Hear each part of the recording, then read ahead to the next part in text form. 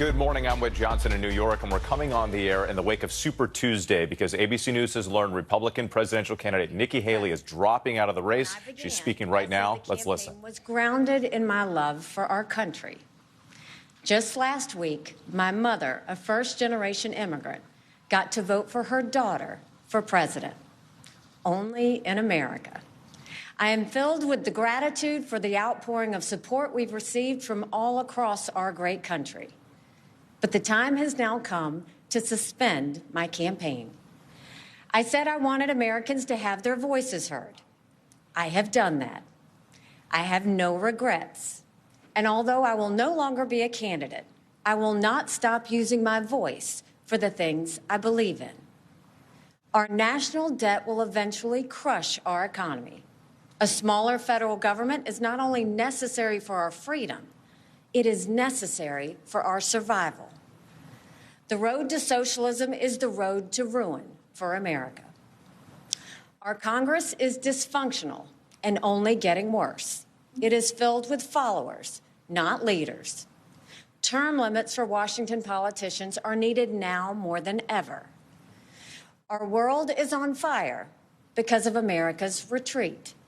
Standing by our allies in Ukraine, Israel, and Taiwan is a moral imperative. But it's also more than that. If we retreat further, there will be more war, not less. As important, while we stand strong for the cause of freedom, we must bind together as Americans. We must turn away from the darkness of hatred and division. I will continue to promote all those values, as is the right of every American. I sought the honor of being your president. But in our great country, being a private citizen is privilege enough in itself. And that's a privilege I very much look forward to enjoying.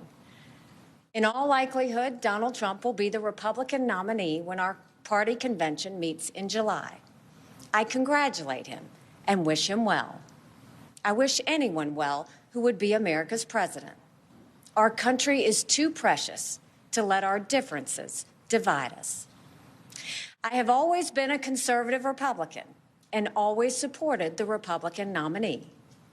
But on this question, as she did on so many others, Margaret Thatcher provided some good advice when she said, quote, "Never just follow the crowd. Always make up your own mind." It is now up to Donald Trump to earn the votes of those in our party and beyond it who did not support him. And I hope he does that. At its best, politics is about bringing people into your cause, not turning them away. And our conservative cause badly needs more people. This is now his time for choosing. I end my campaign with the same words I began it, from the book of Joshua. I direct them to all Americans, but especially to so many of the women and girls out there who put their faith in our campaign. Be strong and courageous. Do not be afraid. Do not be discouraged, for God will be with you wherever you go. In this campaign, I have seen our country's greatness. From the bottom of my heart, thank you, America. God bless you. Nikki Haley, the former governor of South Carolina, former UN ambassador, right there announcing that she is suspending her campaign and dropping out of the race. She stopped short of endorsing the former president, Donald Trump, and instead saying she congratulates him, wishes him well. She said we must bind together as Americans, turn away from hatred and division. She also noted it is now up to Donald Trump to earn the votes of those who did not support him. This is now his time for shooting. Of course, all of this comes after Donald Trump's significant win on Super Tuesday, winning 14 of 15 states.